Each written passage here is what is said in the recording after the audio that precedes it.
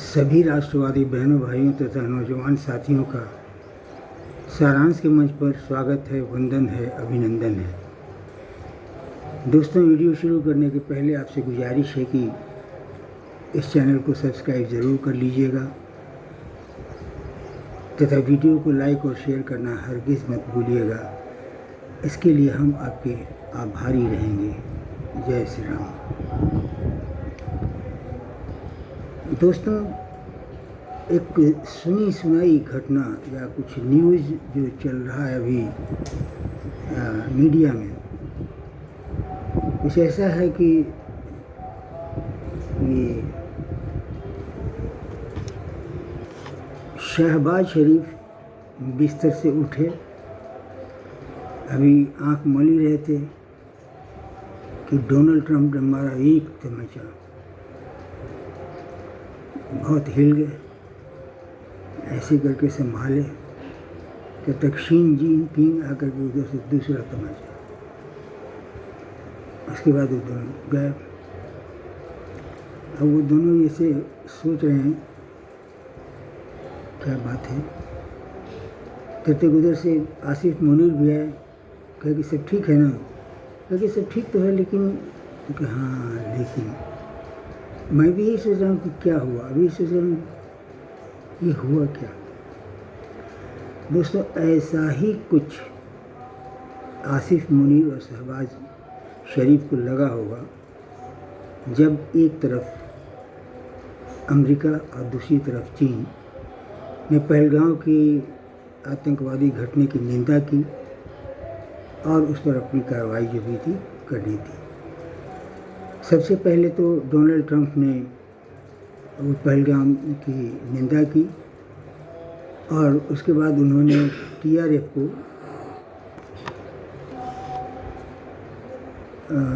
उन्होंने बैन कर दिया।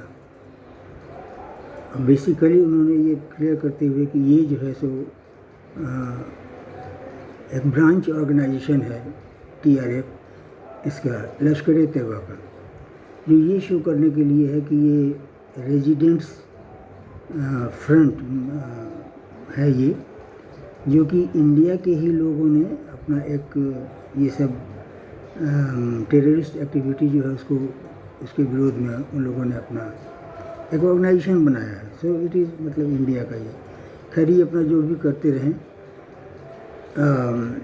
डोनाल्ड ट्रंप ने बिल्कुल साफ शब्दों में इसे बैन कर दिया और साथ ही साथ उन्होंने इसका रिकमेंडेशन IFTF को भी शायद भेज दिया। दोस्तों, ये एक बहुत बड़ा कदम है। आपको याद होगा कि जो पाकिस्तान पैसे के लिए तरस रहा था और जिसको IMF से मिलने वाले लोन की बहुत बेसब्री से इंतज़ार था और ये भी सुना कि कहीं अगर वो नहीं मिला तो फिर पाकिस्तान की सांसें रुक जाएंगी, स्थिति ये थी। लेकिन उसके बाद डोनाल्ड ट्रंप ने IMF से भी लोन दिलवाया, वर्ल्ड बैंक से भी लोन दिलवाया और इतना पैसा दिलवाया कि वो पूरा एकदम मस्त। और उसके बाद वो जैसा उसकी आदत है अपने पुराने मालिक अमेरिका के साथ जुड़ गया। लेकिन उसके बाद शी जिनपिंग ने भी बहुत कड़ी निंदा की, पाकिस्तान को इस बात के लिए दोषी ठहराया कि वो आतंकवाद को अपने घर में पालता है, शरण देता है, उनका पालन पोषण करता है और स्टेट स्पॉन्सर टेररिस्ट एक्टिविटी आसपास के कंट्रीज़ में कराता है। ये पूरा डिटेल स्टेटमेंट देते हुए उन्होंने भी इसे बैन करने की बात कही और उन्होंने कहा कि इस तरह की हर गतिविधि में चीन इंडिया के साथ रहेगा, जो टेररिस्ट एक्टिविटी है उस एक्टिविटी में, क्योंकि हम भी दुनिया से आतंकवाद को मिटाने के लिए कमिटेड हैं। अब दोस्तों, ये थोड़ा अजीब कुछ लगता होगा कि चीन जो कि यूनाइटेड नेशंस में इंडिया जिसको प्रपोज करता था कि उनको टेररिस्ट घोषित कर दिया जाए यूएनओ के द्वारा, वो अपना वीटो इस्तेमाल करता था कि नहीं, ये ग्लोबल टेररिस्ट नहीं है। उसी चीन ने आज टीआरएफ को बैन किया और लश्कर तैयबा की पूरी निंदा की, पाकिस्तान की निंदा की, और उसने गवाही दी कि हाँ, ये यहाँ से स्टेट स्पॉन्सर्ड ये टेररिज्म जो है सो चलता है, फैलता है। और उधर से डोनाल्ड ट्रंप साहब भी, जो कि भारत का नाम नहीं सुनना चाहते थे, ट्रेड बंद करो, ये करो, बहुत अनप्रेडिक्टेबल, लेकिन आज उन्होंने इंडिया के फेवर में पता नहीं क्या कर दिया, क्यों कर दिया। लेकिन इसकी वजह है, कहा जाता है ना कि हर कुछ होता है उसकी कोई एक वजह होती है, तो इसकी वजह है। वजह ये है दोस्तों कि उधर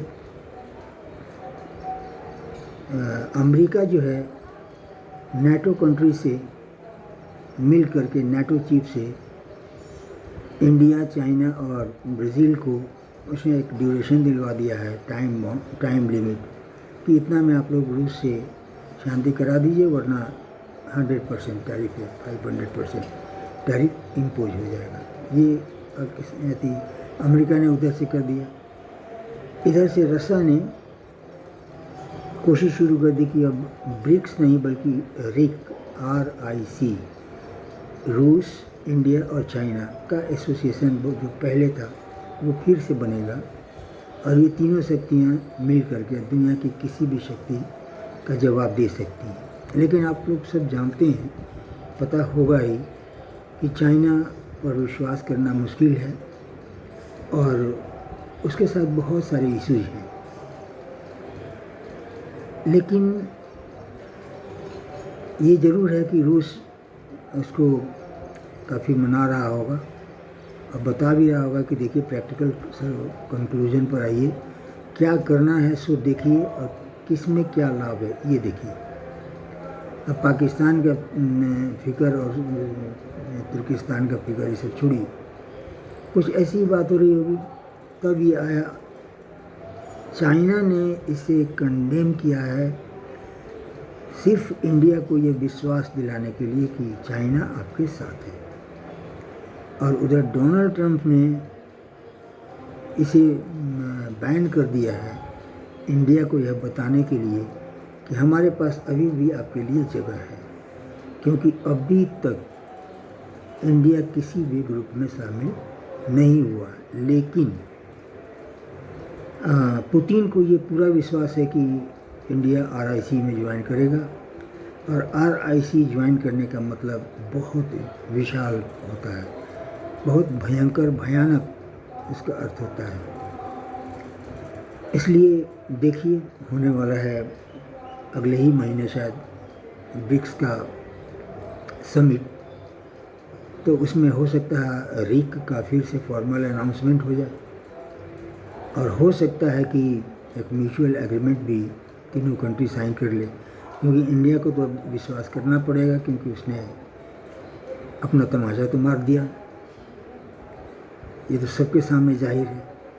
तो ये केस कुल मिला के ऐसा है, रूस पर दबाव डालने, उसके यहाँ से पेट्रोल खरीदने, अमेरिका की दादागिरी और नाटो की भी। अमेरिका ने तो जो है कहा सो कहा, जो है सो है, लेकिन बड़े मियाँ सो बड़े मियाँ, छोटे मियाँ सुभान अल्लाह। नाटो चीफ भी जो है वो भी थ्रेटनिंग दे करके चले गए। तो अब जो RIC बनता है तो उसके बाद सब की समझ में बातें साफ हो जाएंगी। जय श्री राम।